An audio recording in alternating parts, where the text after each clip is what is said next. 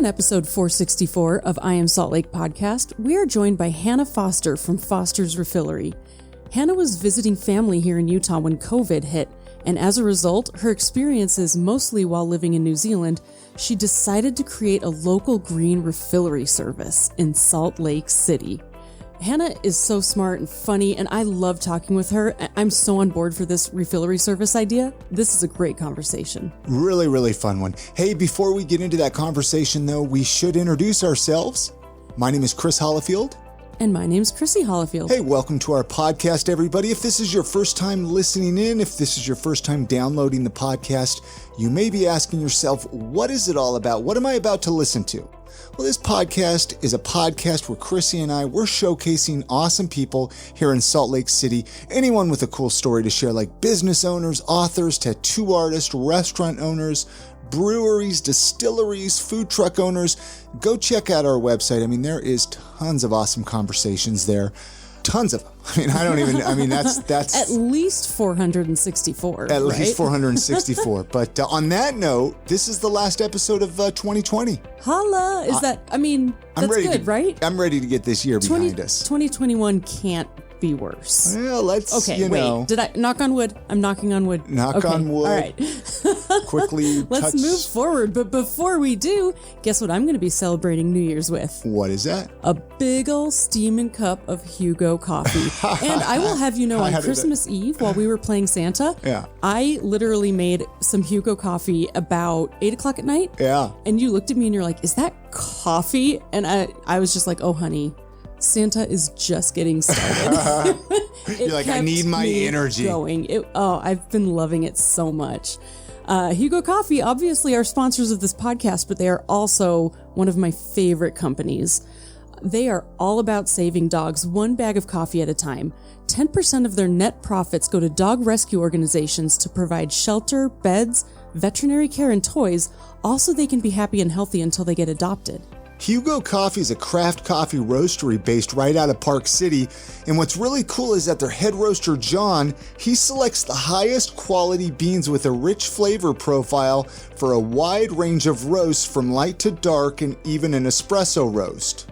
Their website, hugo.coffee, go check it out. They have tons of different coffee there that's available. And we created a very special promo code just for listeners of this podcast. If you enter the promo code podcast when you're at checkout, you get the very special podcast deal of buy one bag, get the second bag 50% off, and you get free shipping. So you're helping save dogs and all that good stuff. You're helping a podcast, you're helping a local company. Pretty rad. And you are giving your body some amazing coffee at the same time. So again, the website is hugo.coffee. Go check out their Black Paw French Roast, Bonafido Dark Roast, and so many more. Just remember to use the promo code podcast to get yourself the exclusive buy one, get the second bag 50% off and free shipping for I Am Salt Lake podcast listeners and their friends. All right, here's that conversation with Hannah Foster when we learned all about Foster's Refillery, all the cool stuff that she's up to. Such a fun conversation. Let's get into it. Here we go. I want to start right off with you with kind of an introduction on what Foster's Refillery even is and how did it start? When did it start? Because I'm sure everybody listening they haven't even probably heard of you before. Yeah, we are. We're brand new. Yeah. Well, so I'm not sure if people are familiar with refilleries, but the idea behind that is rather than buy a new single-use plastic container every time you need soaps, cleaning supplies, personal hygiene products, you reuse a reusable container. So our spin on that is we throw in a delivery element to that. So you order everything online and you can use one of our jars, buy one of our jars, or use your own, and we will come to your house. If weather is permitting and you're in our biking boundaries, we'll bike to your house, fill up all your goods, and then charge you per ounce. That is awesome. You'll even bike to the house. So you won't drive. It has to be within biking. That's hardcore. We do as much biking as possible. Some of the further deliveries like Bountiful or Sandy will drive, but everything like to 3900 South to Redwood Road, we'll bike it if the weather is allowing us to do so. Wow. I love it. See, and I was just telling Chris before we got on with you, like I have always wanted to try a service that did something like this. Yeah. But even this it feels like it's even a new level of this type of distribution of goods, because usually you can buy things in less packaging delivered. So you can either go and fill your stuff up in person somewhere, but if you want it delivered, you still have packaging. And, you know, I love the earth and we should all take care of the Do earth. what we can, right? But yes, but also I am a selfish mom of 4 who just it goes crazy with how much trash we make all the time. And it's just like, oh my gosh, if I cannot have a box, please do this for me. That's why I'm just so excited. Back to that, it's like people are busy, you know, people have lives and it takes a lot of extra steps to go and refill all your stuff in a physical store. You know, you have to bring all your jars. It's messy and you have to, you know, there's math involved and it's not selfish. Like you're busy. People have kids, people have full-time jobs. So we just want to make, you know, being eco-friendly as convenient as possible. We're kind of like, we like to think of ourselves as the milkmen of our community, milkmen and women of our community, but for soap and et cetera, shampoo. So let's talk about the products. What products? So you have soap, like shampoo. I mean, really anything and everything. I mean, I guess the best bet would be just to send people to the website. Yeah, fostersrefillery.com. I'm pretty proud. We have about 50 to 60% of our products are from local creators. So if you go on our website, you can actually filter the shop to just show local products to support some of our other local businesses. I kind of wanted us to be like the one-stop shop for all eco products you need. And if you like, put you in contact with other local Utah businesses. What was the idea for this? How did you kind of create and spawn this baby, if you will? It's kind of a convoluted story. Cut me off if I get a little boring. But I went to I went to school in New York, and that's kind of where I discovered that environmentalism was something that I was super passionate about. You know, I was lucky enough to grow up and go camping in Salt Lake and, you know, in Red Rock country. And I always knew I loved to be outside. But going into the city, I realized I wanted to make a career somehow, something to do with the environment. And I did some traveling. I was living in a van in New Zealand for a little while. And I remember thinking, I was like, I wish I could just fill up however many ounces of shampoo I needed. Or, you know, rather than buy this big container that I might end up having to throw away, I wish I could just fill something up. And I'd never heard of a refillery. And then lo and behold, I got a job actually in New Zealand working at this naturopath store that had a natural grocer attached to it and a refillery. I was like, this is exactly what I was thinking of. And I worked behind the counter, helped people refill, and it was one of the most affordable components of the store because you don't have to buy containers, you don't have to buy packaging, labels. It's just exactly what you need. But I did notice that the process was messy. It was asking the consumer to take a lot of extra steps. So, but I knew after working there that I wanted to open my own business because I saw like the power for good, you know, local businesses can have for their communities. Have we talked about, I mean, you're brand new. You just barely started this over the summer, right in the middle of a pandemic, right in the middle of COVID. I mean, how has that been for you? How's the response been? Are people excited to use you or what? What's going on with all that? Community has been Salt Lake and Utah. They've been very good to us so far. It's been very heartening because a lot of, you know, close friends, people's opinions that I respect were like, this is kind of silly to open up a business, you know, in the middle of a pandemic. It might be a little foolhardy of you. But we're lucky in that our business model is very COVID friendly. You know, you don't have to come into contact, you know, close contact with anyone. You know, we text people before we get to their house so the jars are outside for us, fill them up. And then, you know, all of our deliverers are wearing gloves and masks, and we have hand sanitizer on all our deliverers. And then we text you when we're done. So it's pretty COVID friendly. Yeah, I didn't even think about that, having the jars outside, because I was thinking about that. I was like, well, you know, would they come in the house and then have to like walk around to each room or something? But yes, fill my pantry. Yeah, that works out great because so you could have them ready to go outside. You wouldn't even have to see them. just electronically pay you the money. Wow, that is great. That is neat. Yeah. Well, and we're lucky in this day and age to have PayPal and Venmo and all that. So we refill everything, and then after the fact, we'll send you a PayPal request for the ounces that you ended up filling, or we ended up filling. Okay, and I have to know the bike thing. So you're eco-friendly. Is it specifically for that reason? Or is it like just kind of a combination of you want to be healthy, you want to... It is specifically for that. Yeah, we want to just reduce single-use plastics and reduce harmful chemicals as best we can, and support other businesses that are doing the same and carry their products. So that's the foundation of Foster's Refillery. Right. I think that's so great. And I want to go back a little bit. You mentioned, and you slid pretty quickly by this, but you said you lived in a van in New Zealand, right? Oh, I missed the van part.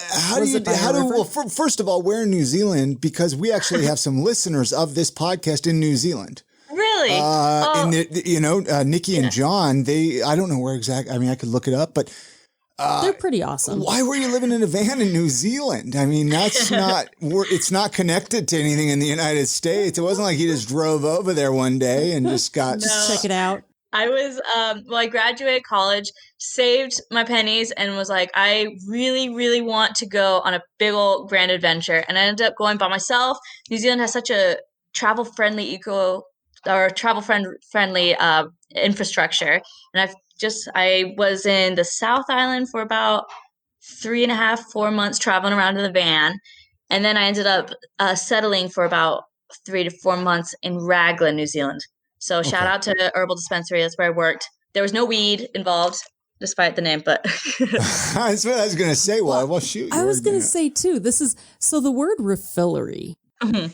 I love this word so much. I was like, oh my gosh, that's the coolest word. I've never actually heard it before. Is it really a real word? And I should have maybe looked in a dictionary, but I didn't because I want to hear your version. Well, I wish I could coin that term, but no, I think it's been around. I was new to it too. I just barely was introduced to it, but I think it's been around. There are a couple like refilleries in California on the East Coast, and no, I wish I could own that word. It is funny though, because telling people the name Foster Refillery, they're always like, Foster Distillery. Like, what are you doing? I'm like, no. Because you immediately go apothecary, distillery, like all the things that are old school and end with RY. Oh, 100%. Everyone makes me or asks me to like repeat the name. They're like, so hopefully that doesn't come to like bite me in the butt. But no, I think it's really cool. It feels like you're kind of. I feel like we as a species, if you will, kind of went crazy and learned a lot all at one time and then wrecked the earth. And now we're, the ones that came afterwards were like, oh crap, what do we do? And you're helping bring forth new ways for us to hopefully move forward as a society. And I love how it's local in your biking. And so it's very community based. We're kind of just bringing it back to what we should be doing as humans. Right. So kind of scaling it back where we can and using more innovation. I feel like I'm hopeful that we're in the second phase of the industrial evolution. The first phase was, taking off with electricity and the internet and everything. And now the second phase is using those same problem solving skills to kind of, save our environment, cut down on waste. I actually really love that and I'm sorry, I'm going off on a tangent here, but that's what it's all about. I mean, especially our generation, and maybe we have a right to be, sometimes we're a little bitter about the damage that has happened from all the nuclear testing and all these things that they didn't know what would happen.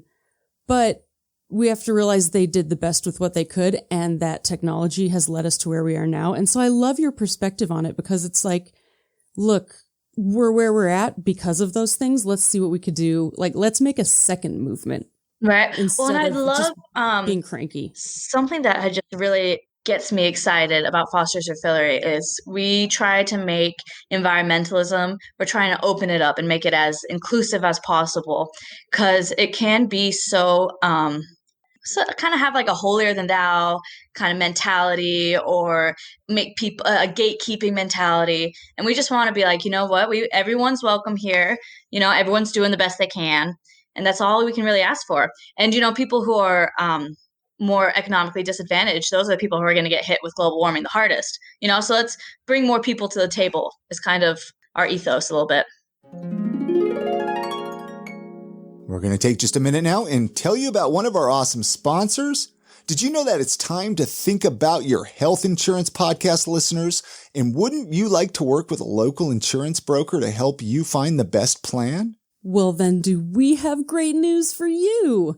ARC Insurance is a woman-owned business based right here in Utah, founded by Rebecca Yates in 2010. Rebecca and her team are committed to helping clients find the best health insurance coverage at the most reasonable cost. Part of their expertise is helping small business owners, single moms, and families with special needs find the best health insurance plans. ARC Insurance works with all the major health insurance carriers, and there is no additional cost to use a broker, so get in touch with an ARC agent today. Visit arcutah.com, that's ARKutah.com, or just give them a call, 801-901-7800, to schedule an appointment today. And many thanks to ARC Insurance for sponsoring this episode of the podcast. Now, is this your first entrepreneur type endeavor, or have you done stuff similar to this, or is this the first time?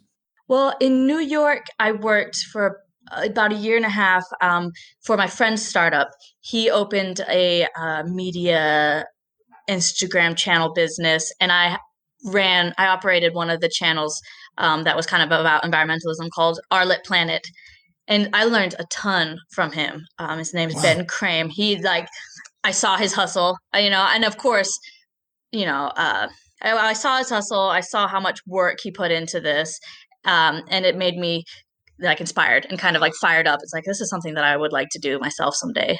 Very cool. So what did you do for him? You did an Instagram channel and something with the environment? Yeah. So we ended up losing funding for that channel, unfortunately. So that's why we ended up splitting ways. And that's the other thing. I saw the financial side a little bit. But so he runs different Instagram channels, different social media channels, and then he'll do advertisements through them. So that's where the income comes through.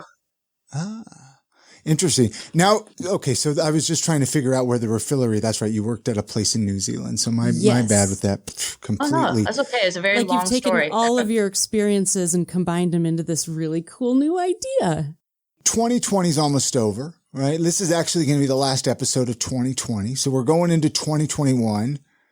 What are your plans with this whole thing? Where would you like to see yourself over the next year, over 5 years? I mean, would you like a brick and mortar at all, or do you like it kind of the way it is?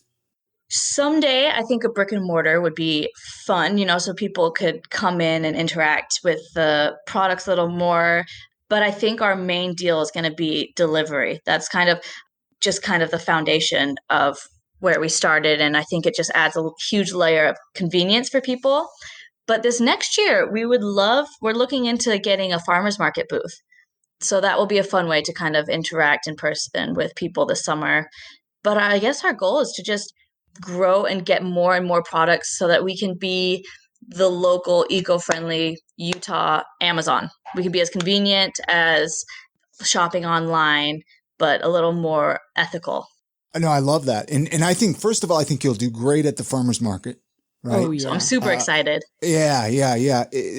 But I think one of the biggest things that really jumped out to me when I found your page on Instagram and I reached out to you was the delivery part, because especially with everything that's been going on over this last year, I think people are finally starting to realize, hey, delivery is actually a pretty cool thing. Right? We can get a lot more done when we don't have to go somewhere. And so I think it's great. Perfect timing too. Yeah. Oh, thank you. Yeah, I am really well. And I read another thing when I first got back to Utah. I read this NPR article about how there's a milkman resurgence and how it's this model that everyone's kind of familiar with, and it's coming back because people want their local organic, hormone-free milk, and how people are really kind of latching onto this. And I was like, well, people have been familiar with this model for years. And so let's bring it back with more of a modern twist, you know? Yeah, I think it just kind of was thought of as an old model that couldn't scale and wasn't money making. And I think hopefully, cross my fingers, the US, we're shifting our perspective a little bit where, the old models were actually really healthy emotionally, physically, you know, right? Shopping they're really good for you. Cool and good positive impacts. Yeah, no, 100%. Well, and I've been feeling so hopeless and small lately, and it's like, you know, me not boycotting huge companies or whatever it is not going to make a huge world of difference. But me, you know, turning that into a positive, like, what can I do with my money? You know, money spent locally goes so much further. And so that's been super hopeful for me in 2020, you know, not thinking, what can I do? What can I take away? What can I boycott? What can I support? What can I help? What can I do in my community? How can I make my corner of the world a little better? I love that because it's so easy for us to all complain. And we all do, and it's healthy and it's cool. But, you know, the reason we're complaining is because we're searching for something to help improve our life. Yeah. And so you actually took that and you're trying to make the world a better place. We're trying, you know, and yeah, it's been just super, super fun. We'll see what happens, but it's been really fun cool. And people have been awesome. All right, we're going to take just a minute now and tell you about another one of our awesome sponsors. I love these guys, UtahMarijuana.org. They are your number one spot for all things medical marijuana, medical cannabis, CBD, and THC. I don't know if you guys remember Tim Pickett back on episode 420 earlier in this year. Great dude. What a great guy. I actually started another podcast with him, Utah in the Weeds. Go check that out. But anyway, he started UtahMarijuana.org. UtahMarijuana.org's team of medical cannabis experts makes getting your medical card super easy from your first office visit to navigating the state card application and beyond. With over 20 compassionate and highly skilled qualified medical providers ready to help you find relief, you won't have to search for a doctor willing to recommend cannabis treatment. The patient experience team at UtahMarijuana.org is dedicated to helping you get all the way through the process so you can get your medicine legally. And they actually will really help you understand dosage and pay attention to all the different things that help meet your needs. As I said, I'm a recent patient of them, and they have been invaluable to me in treating my PTSD. It's been absolutely incredible. I think our home has been a better place. Oh, yeah. You know, I don't have my PTSD reactions are pretty extreme, and I didn't even realize it. So just, oh man, you guys have to go see them. And right now they're offering an exclusive discount to I Am Salt Lake listeners. You can use the promo code GREEN25 for $25 off your first visit. And if you're in the West Valley City area, check this out, UtahMarijuana.org. They're located in West Valley City now at 3615 West, 1987 South, Building 8. So depending on where you are located in the valley, they have an office near you. Isn't it time that you took control of your own health? UtahMarijuana.org. Now, I don't think I asked you this. Maybe I did, or maybe I just thought it. You know, gosh, anymore you don't know if you talked in your own head or if you talked to a person, right? But yeah, this year, yeah. Are any of your products inside any local stores at all? Have you thought about getting them inside any stores at all? Well, so we don't make the products. We just deliver and refill them. So we're the service that connects the products to the consumer in a environmentally friendly way. I gotcha. For some reason, I thought you made the soaps. So I'm glad we clarified that. No. We do not make the soaps, but we carry your favorite brands. I gotcha. I'm glad. Okay, and I have to know. Yeah. The bikes. We're going back to the bikes, okay? What if someone orders a whole bunch of stuff? Well, they got bike trailers. Is that what? Oh, like a bike exactly trailer? What it is. We did. Okay, we got like perfect. these little like pet trailers and converted them into. Oh, that's really cool. Bottle carriers. I was like, if I had to bike stuff to someone's house, how would I? So I was trying to figure out, you know, depending on size of orders, like, you know. Oh, well, what's that? Oh, I was just going to tell Chrissy to go to the website and go to the About Us page and scroll down, and there's some bikes, and they're pulling like a little trailer thing. I was just looking at the pretty product images. Yeah. So My bad. No, you're good. There's a lot to look at.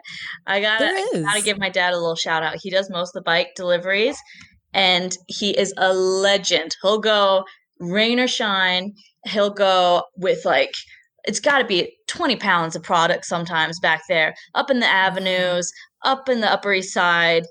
And he's just with those like huge hills. And he's so cute. He'll come back and he'll be like, I did not walk one single time this delivery. It's like, good on you, Dad.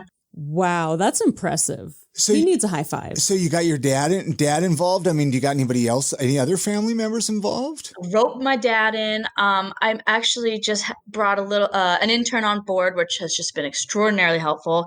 I have this great lady, Carly, who helps me with some of the marketing, but we're a tiny operation. No, I figured it was all you. I didn't even know you've had other people helping you. That is awesome. What kind of advice, now that you've been doing this for a few months, you have a little business going of your own, what kind of advice would you give somebody else that might be listening that wants to start their own business, right? Like, obviously it would be a different kind of business, but just a business in general. Any advice that you would give them? I guess just be brave. I think that was my biggest thing. I was like, I don't know if I want, like, I knew once I started it, it was going to kind of consume my life. And it was going to take a lot of time, and it might not even, there might be no fruits to my labor. But when I committed and was like, you know what, whatever happens, I feel like I got to do this, and just kind of took that leap. I feel like that was the hardest part for me.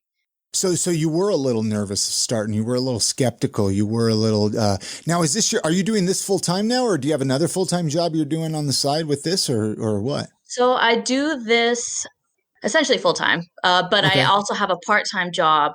I work at Walter's Osteria part-time. Oh, okay. 3 days a week. Okay. Yeah, I was just curious how it was juggling everything around, because that's kind of one of the things, through the years of talking to so many people on the podcast, you find out they have these jobs that you think are full-time, but they're doing it in the wee hours of the night, what their full-time job during the day. And you just want to know, how do you do all of this? What's your secret, right? Yeah. I've just gotten micromanaging myself as best I can. I try to make sure that I have time for rest and play, because that's important. But I am using these little quarter pieces of paper that I find myself writing my to-do list and kind of scheduling out my day before I go to bed.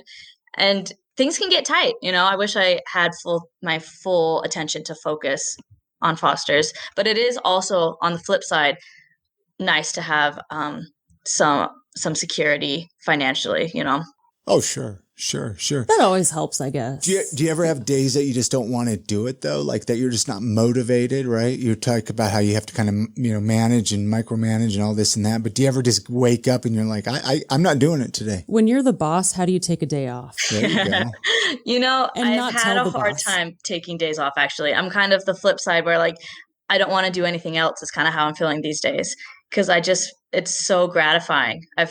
So far, Foster's Refillery has just been so gratifying. So I have a hard time doing other things and, having a little balance. Was there something about the pandemic that actually kind of pushed you off the cliff, if you will, and to dive headfirst into this? Because we've noticed that a lot of people this year, we've all just been like, you know whatever. I'm going to do the thing I always wanted to do. Screw it, I'm doing it. What else could happen? I feel bad saying that, but the pandemic, or the quarantine at least, has just been such a blessing in my life, actually, because the biggest roadblock for me initially was getting the website up, but I was at home, couldn't go anywhere. So I just figured it out. I just was able to overcome this hurdle. And since then I've had someone come and help and fine tune it. Stefano's great guy. But it's been great. I think that we as a society needed a little time to slow down and focus on what we really wanted to focus on, Chrissy and I talk about that all the time. Yeah, and I'm always scared to say it. I'm always scared to be like, I'm actually really, really grateful for this year. Well, because it forced us to step back and really assess things and look at what's important to us. 100%. I think that it has been so great in so many of my life and in so many of my friends' lives. And you do feel kind of guilty because you're coming from kind of a place of privilege to be able to be secure enough to take that time to reflect. But it has been, I think that in the United States, we kind of have an unhealthy relationship with work sometimes. And it's nice to have something force you to like slow down, be a little introspective. Absolutely. Especially since society got to the point where it was telling us if you're sleeping, you're a failure. Yeah. How dare you take time to sleep? How dare you eat lunch? You should be working. Well, it's crazy to me. Like, I feel like in other countries, like in France, it's like against the law to work more than 35 hours a week, I think is what, maybe someone fact check me, maybe I, but here it's like, if you're working 40 hours a week, it's like, you should be doing more. Oh, yeah. 40 hours is like the bare minimum, which is outrageous because anyway, that's a whole tangent. It's like, what are you in jail for? I've worked too much. I've worked too many hours. Let's go over to another podcast and talk history beefs because that would be fabulous. No, let's switch directions, actually. Yes. We always like to get to know the person on the show. So in your case, let's get to know Hannah a little bit, right? Like when you're not doing all this Foster's Refillery stuff, like what are some of your other hobbies and interests? Like what's something else that takes some of your time up? I always will have a little bit of a wanderlust. So I love, going on little trips.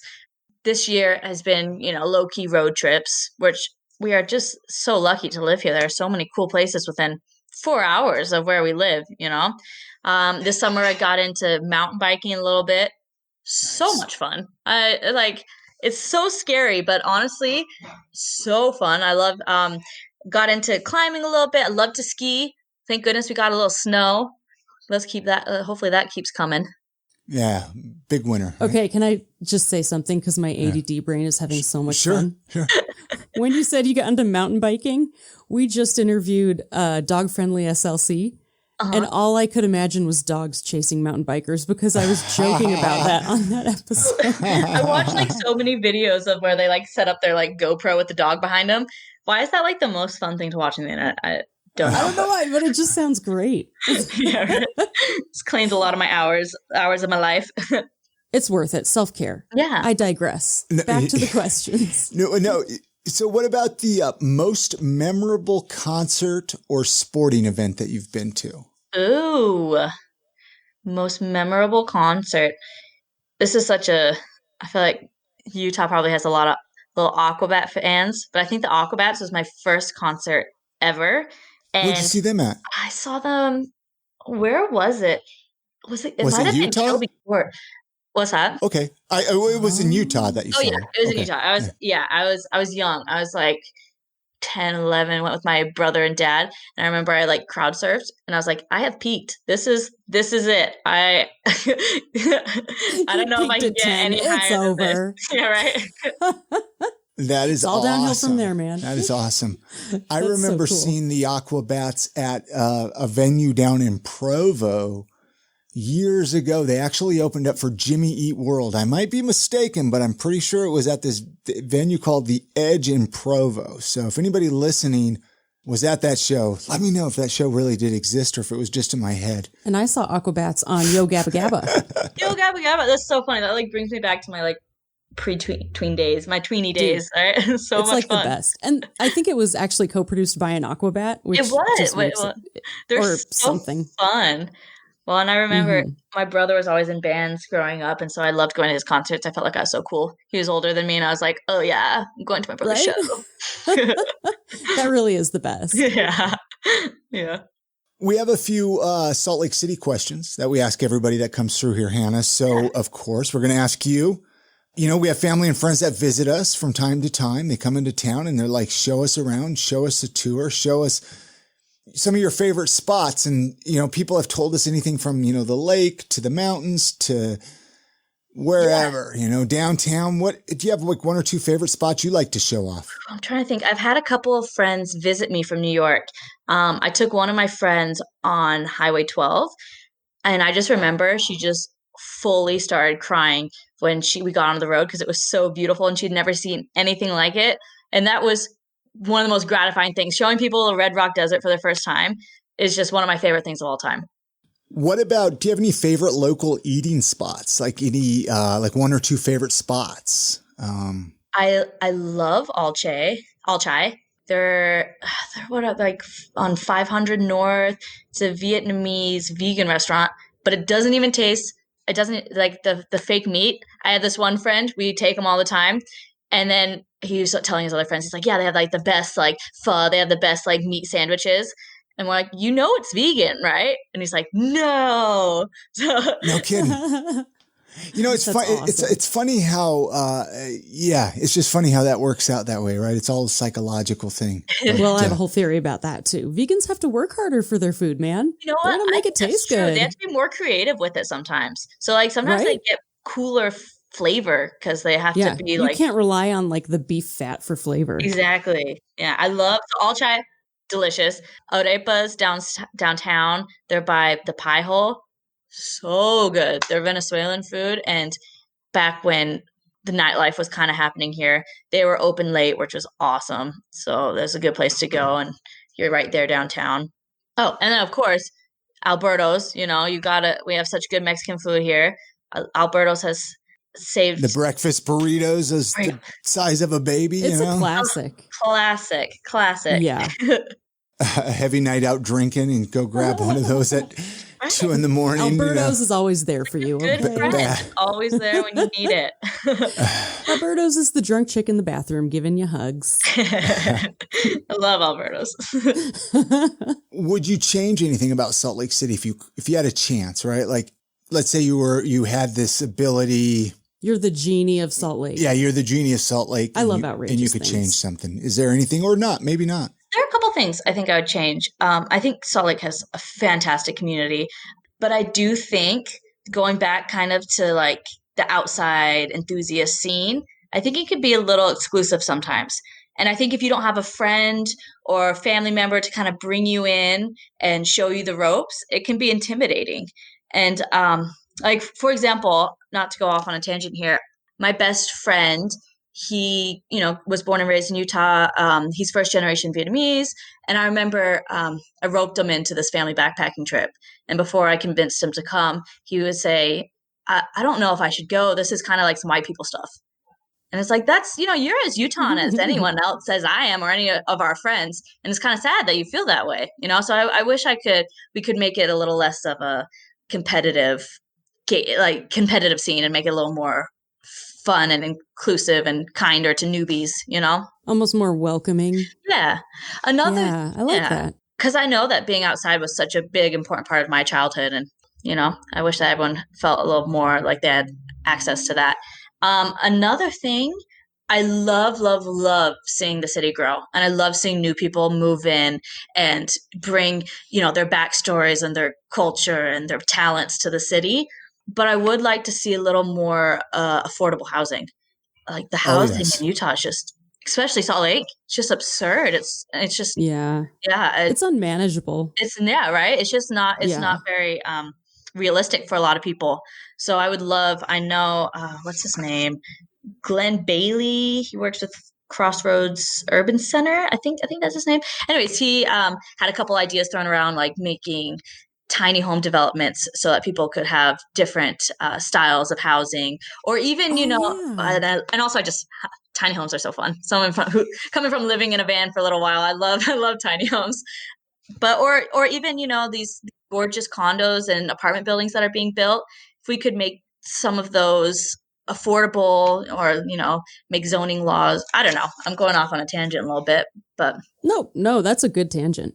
No, I love it. I mean, and that's what this is all about is finding, poking holes in our system, making life better. But hopefully making life better. Hopefully, right? That's the plan anyway. No, can I ask, we forgot to ask you where you're from. Oh, and this whole time I'm like, you've lived everywhere, but where's home? Hail from? Well, actually going back to shouting out awesome local eateries, I live right by Alchemy Coffee. That's where I was born and raised. Yeah. And everybody should go check out Alchemy. Love them. They do great. They highlight local artists and great coffee. Very cool. So born and raised right here in Salt Lake City. Right here, Liberty Wells.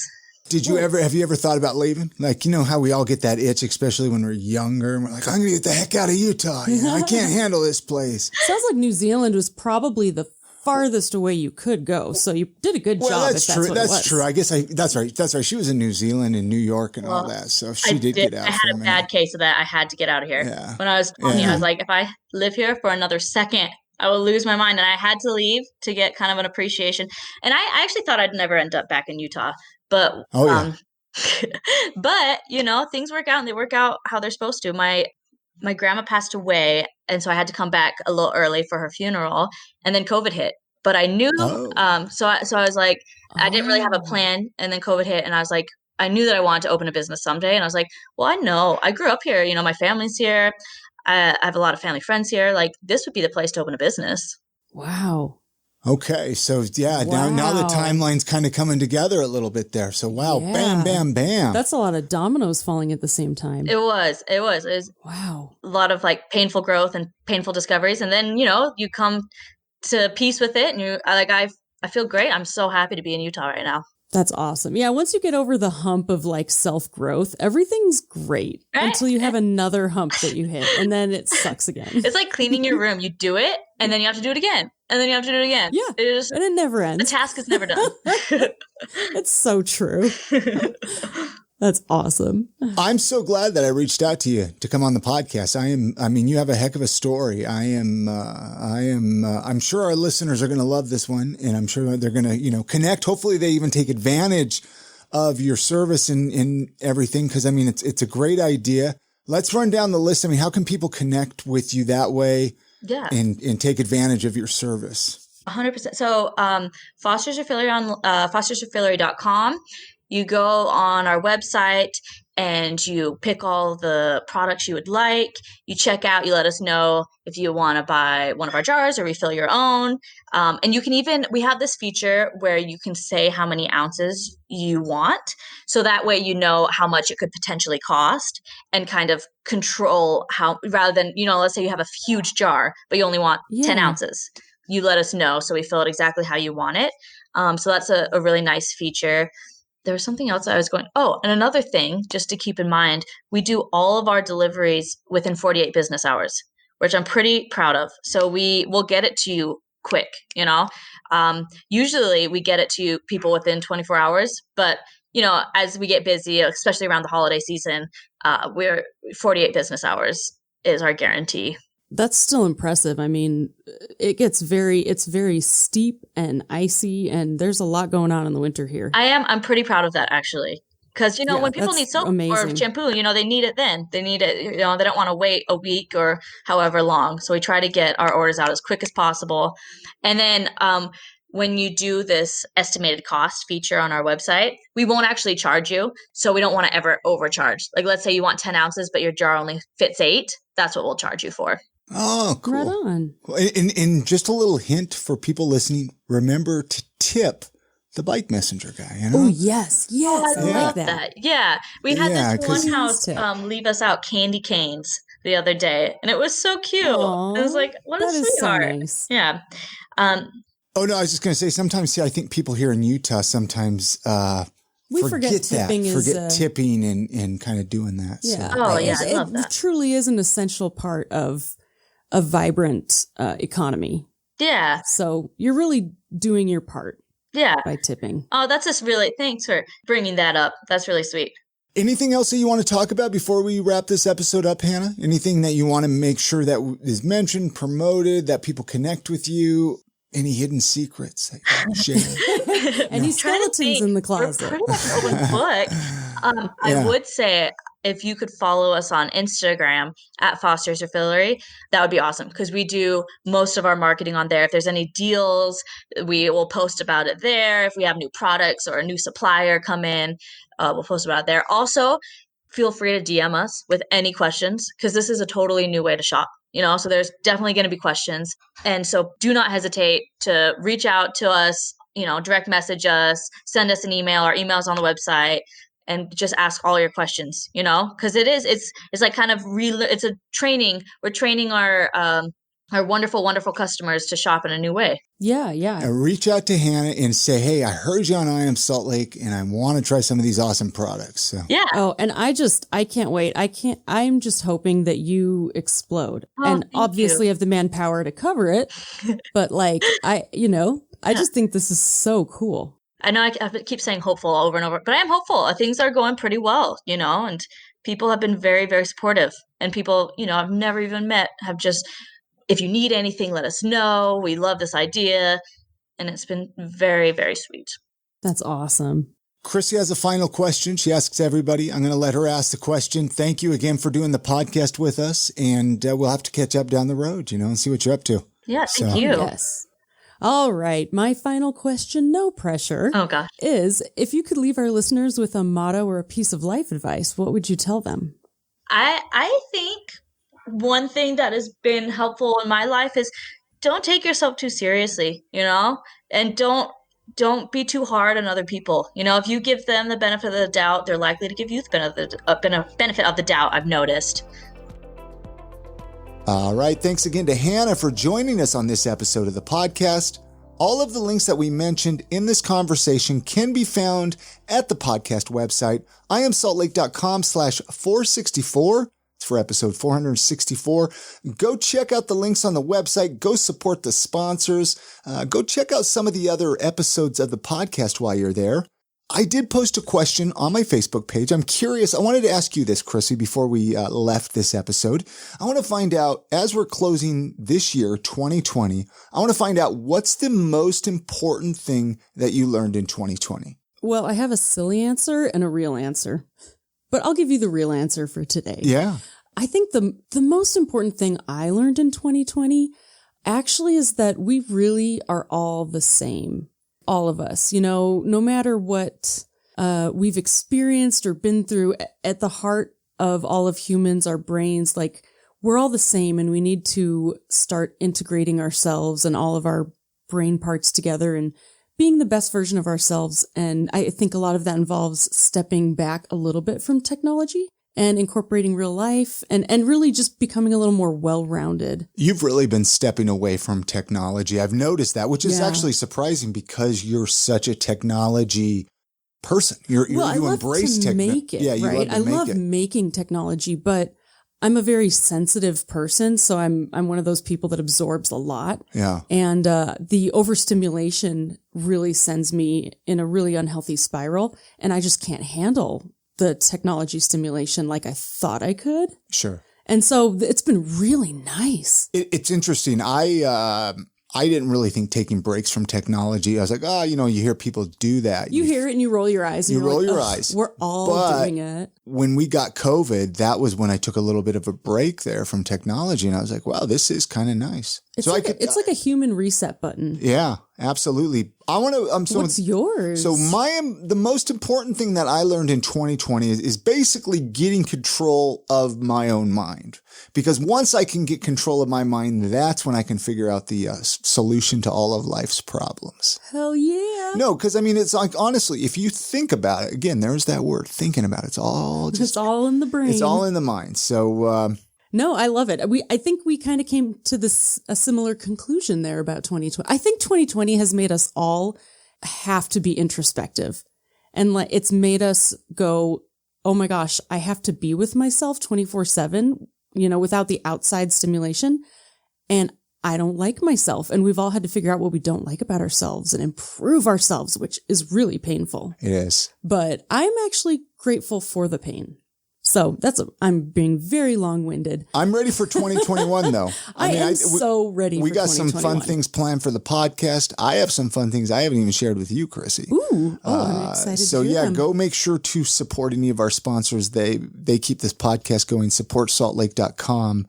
And, I wanted to mention, I'm going to be doing another podcast class. That's going to be starting in February. I figured I might as well start pushing that now, get some people signed up for it. It's going to be online. Yeah, it filled up last time. It sold out, yeah. Filled up, sold out. There were like 20 people in the class. iamsaltlake.com/podcast class. That's going to forward you to the University of Utah page. That's going to tell you all about the class. You can sign up. And if you do sign up, and you show up for class, let me know if you're a listener of this podcast, because that would be cool. Yeah, you can get like a digital high five. Yeah, I was going to say, I wish I could give you a gold star from the teacher. Money off of the class, but that's all done through the University of Utah. Yeah. Oh, man. And you can also remember to visit iamsaltlake.com to listen to the entire back catalog of episodes. And if you have a friend who you think would enjoy the show, go ahead and share it with them. All right. You guys have a great week. Have a happy New Year's, and get out and support the city right now. Support local. Support some of these local businesses. And we're going to see you on the next episode of I Am Salt Lake Podcast. And good night, Grammy.